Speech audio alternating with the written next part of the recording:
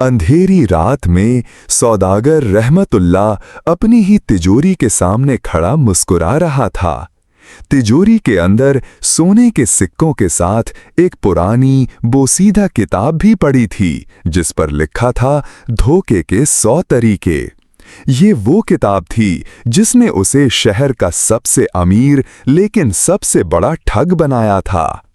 आज उसका 100वां शिकार कोई और नहीं बल्कि उसका अपना शागिर्द नौजवान अमीन था, जिसने अपनी यतीम बहन की शादी के लिए अमानत के तौर पर सोना रखवाया था। रहमतुल्लाह ने थैली खोली, असली सोने के सिक्के निकाले और उनकी जगह तांबे के सिक्के भर दिए। उसके चेहरे पर शैतानी चमक थी, ये जाने बगैर कि ये 100वां धोखा उसकी जिंदगी का आखिरी धोखा साबित होगा। वो नहीं जानता था कि अमीन सिर्फ एक शागिर्द नहीं बल्कि एक ऐसा राज था जो इसकी पूरी सल्तनत को तबाह करने आया था। ये कहानी है फरेब, इंतकाम और एक ऐसे सबक की जो वक्त खुद सिखाता है। अगर आप जानना चाहते हैं कि अमीन का असल मकसद क्या था और उसने ठग सौदागर से अपना बदला कैसे लिया, तो इस दास्तान के आखिर तक हमारे साथ जुड़े रहें। रहमतुल्लाह एक चालाक और लालची सौदागर अपनी आलीशान हवेली में बैठा आने वाले शिकार का इंतजार कर रहा था। उसकी आंखें इकाब की तरह तेज थीं, जो हमेशा मुनाफा तलाश करती थीं। इसी वक्त एक मासूम और मेहनती नौजवान आमीन झिझकते हुए हवेली में दाखिल हुआ। उसके हाथ में एक छोटी सी पोटली थी जिसमें उसकी जिंदगी की कुल जमा पूंजी थी। आमीन ने सौदागर को बताया कि ये सोना उसकी यतीम बहन के जहेज के लिए है और वो उसे कुछ महीनों के लिए अमानत रखना चाहता है। उसकी आवाज में उम्मीद और खौफ मिला जुला था। रहमतुल्लाह ने एक हमदर्दाना मुस्कुराहट के साथ पोटली ही और आमीन को यकीन दिलाया कि उसकी अमानत महफूज हाथों में है। फिक्र न करो नौजवान, उसने कहा, यहां तुम्हारा सोना मेरी इज्जत की तरह महफूज है। आमीन के जाने के फौरन बाद रहमतुल्लाह का असली चेहरा सामने आ गया। वो अपनी खुफिया तिजोरी के पास गया, जहां उसने धोखे से हासिल की हुई दौलत छुपा रखी थी। उसने तिजोरी खोली और अमीन की पोटली से असली सोने के सिक्के निकाल लिए। उसकी उंगलियां लालच से कांप रही थीं। फिर उसने एक दूसरी थैली से तांबे के सिक्के निकाले जो बिल्कुल सोने जैसे दिखते थे और उन्हें अमीन की पोटली में भर दिया। उसने वो बोसीदा किताब निकाली जिसका नाम धोखे के 100 तरीके था और उसके 99वें बाब पर एक निशान लगा दिया। सिर्फ एक और वो खुद से बड़बड़ाया। अमीन जो हवेली से निकला था, वापस मुड़कर हवेली को एक अजीब पुरअज़्म नजर से देखता है। उसके चेहरे पर मासूमियत नहीं बल्कि एक गहरा इरादा था। रहमतुल्लाह को ये एहसास नहीं था कि अमीन का आना महज एक इत्तेफाक नहीं था। ये एक ऐसे जाल का आगाज था जो खुद ठग सौदागर के लिए बिछाया गया था। कुछ हफ्ते बाद आमीन सौदागर की दुकान पर काम करने लगा।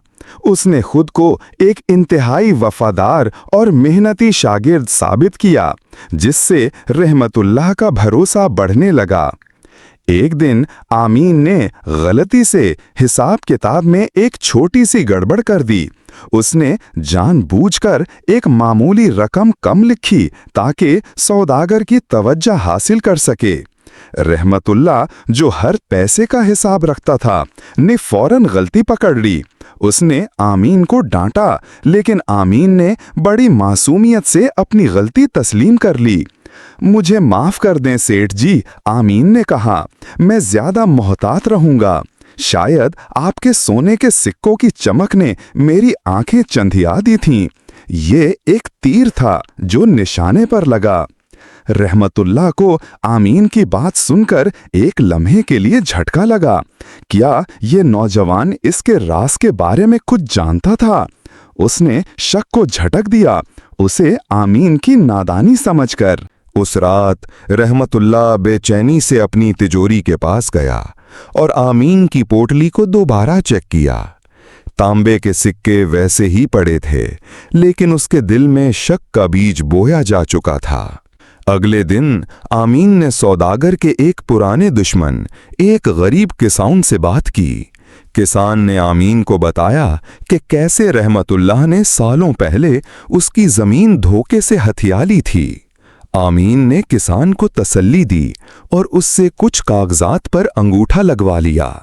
वक्त आ गया है कि हर धोखे का हिसाब बराबर किया जाए, आमीन ने आहिस्ता से कहा। रहमतुल्लाह अपनी हवेली की खिड़की से आमीन को किसान के साथ देख लेता है। उसका शक अब यकीन में बदलने लगा था कि ये नौजवान कोई आम शागिर्द नहीं है। सौदागर ने फैसला किया कि वो आमीन को हमेशा के लिए रास्ते से हटा देगा, इससे पहले कि वो उसके लिए कोई खतरा बने। लेकिन वो नहीं जानता था कि आमीन इससे 2 कदम आगे था। रहमतुल्लाह ने अमीन को एक खतरनाक काम पर भेजने का मंसूबा बनाया। उसने उसे शहर से बाहर एक वीरान सराय से एक बड़ी रकम लाने को कहा, ये जानते हुए कि रास्ते में डाकू हमला करेंगे। अमीन ने फौरन हामी भर ली, लेकिन उसकी आंखों में कोई खौफ नहीं था। उसने जाने से पहले शहर के कोतवाल से खुफिया मुलाकात की। रास्ते में जैसा कि रहमतुल्लाह ने मंसूबा बनाया था, डाकुओं ने अमीन पर हमला कर दिया, लेकिन अमीन लड़ने के बजाय जमीन पर गिर गया और मरने का नाटक करने लगा। डाकू, जो दरअसल रहमतुल्लाह के ही पाले हुए थे, रकम लेकर फरार हो गए। उनके जाने के बाद अमीन उठा और मुस्कुराया। कोतवाल के सिपाही जो छुपे हुए थे, डाकुओं के पीछे लग गए। अमीन खाली हाथ, फटे कपड़ों और झूठी चोटों के साथ रहमतुल्लाह के पास वापस आया। उसने रोते हुए हमले की पूरी कहानी सुनाई। रहमतुल्लाह ने ऊपर से तो हमदर्दी दिखाई, लेकिन अंदर ही अंदर वो खुश था कि उसका मंसूबा कामयाब रहा और रकम भी वापस उस तक पहुंच जाएगी। इसी रात कोतवाल के सिपाहियों ने डाकुओं को पकड़ लिया जब वो लूटी हुई रकम रहमतुल्लाह के एक खुफिया ठिकाने पर पहुंचा रहे थे। अगली सुबह कोतवाल रहमतुल्लाह की हवेली पहुंचा। उसने सौदागर को बताया कि डाकू पकड़े गए हैं और उन्होंने इकरार किया है कि वो उसके लिए काम करते हैं। रहमतुल्लाह का रम उड़ गया। उसने फौरन रिश्वत की पेशकश की, लेकिन कोतवाल ने इनकार कर दिया। आमीन, जो पीछे खड़ा था, खामोशी से मुस्कुरा रहा था। कोतवाल ने कहा, तुम्हारे खिलाफ सबूत मजबूत हैं सौदागर, लेकिन एक शख्स है जो तुम्हारी बेगुनाही की गवाही दे सकता है। उसने आमीन की तरफ इशारा किया। अब रहमतुल्लाह की किस्मत आमीन के हाथों में थी। सबकी नजरें आमीन पर थीं।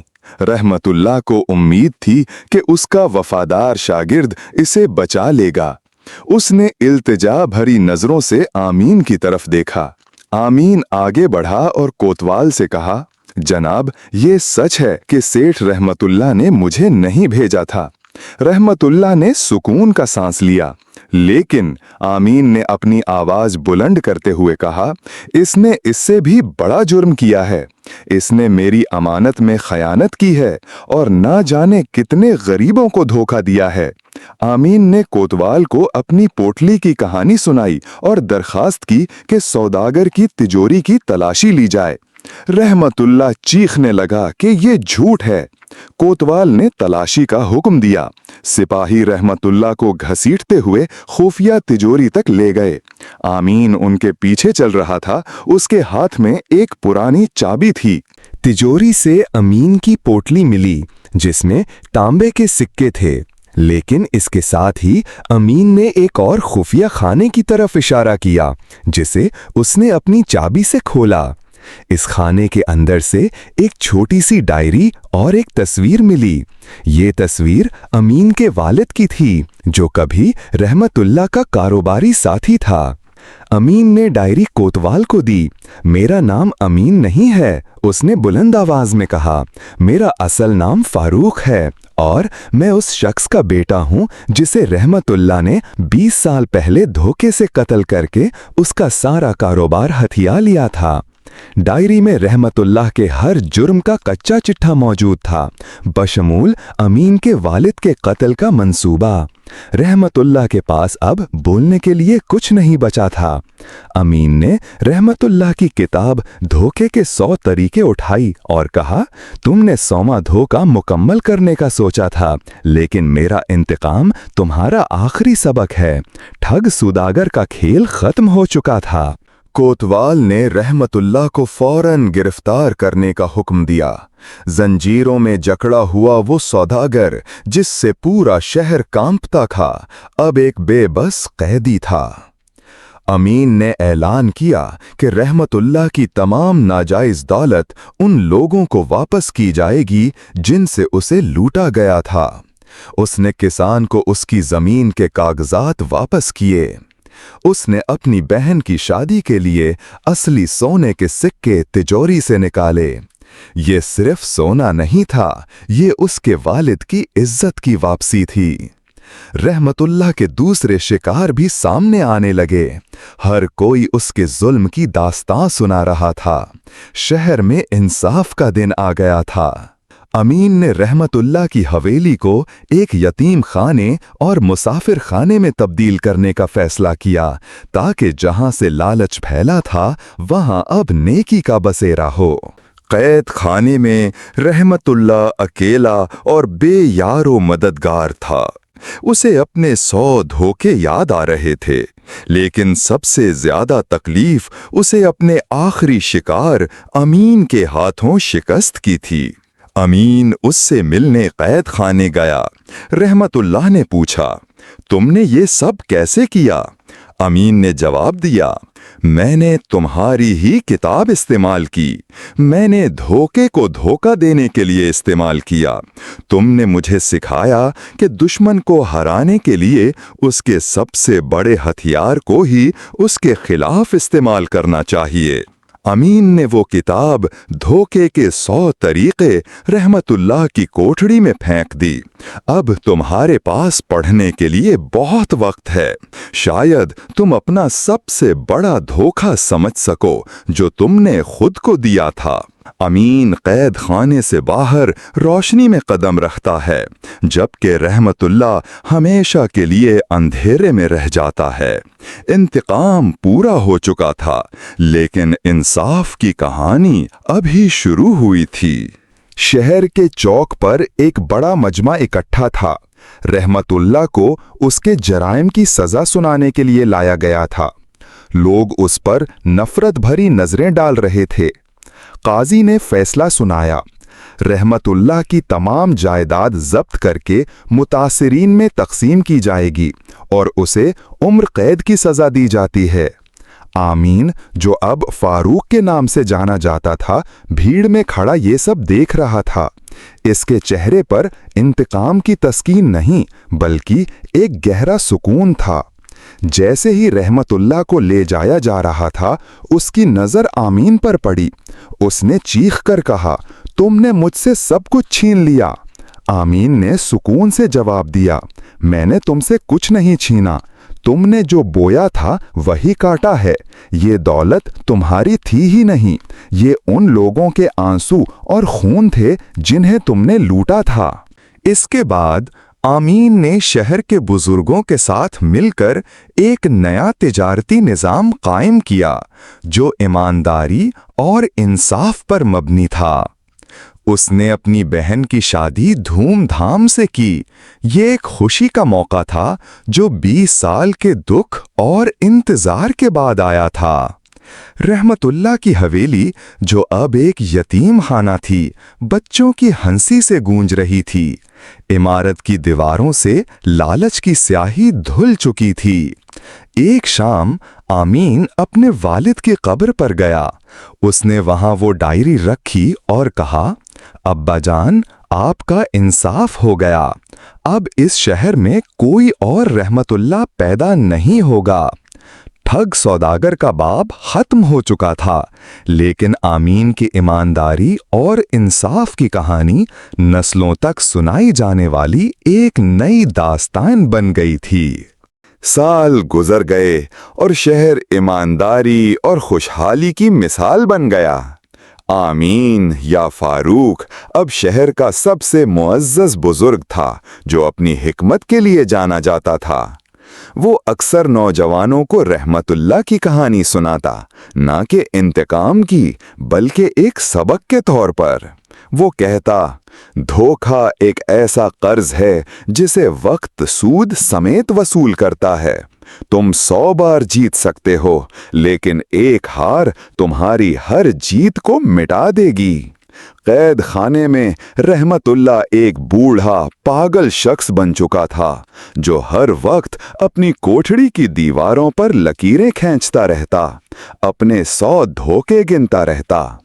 उसने अपनी किताब धोखे के 100 तरीके 1000 बार पढ़ी, लेकिन उसे कभी वो 101वां सबक ना मिल सका जो ईमानदारी का था। एक दिन वो अपनी कोठड़ी में मुर्दा पाया गया। उसके हाथ में एक तांबे का सिक्का था जो शायद उसे आमीन के पहले फरेब की याद दिलाता था। आमीन ने जब ये सुना तो उसने कोई खुशी जाहिर ना की। उसने सिर्फ आसमान की तरफ देखा और कहा, हर ठग का अंजाम यही होता है।